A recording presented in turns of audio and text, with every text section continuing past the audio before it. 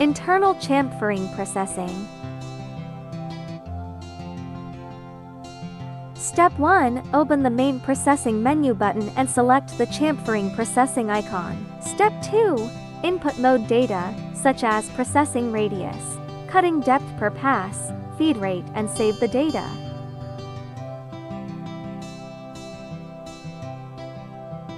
Step 3. Confirm the tool settings point and press the physical tool settings button. After that, pull the lever to start processing.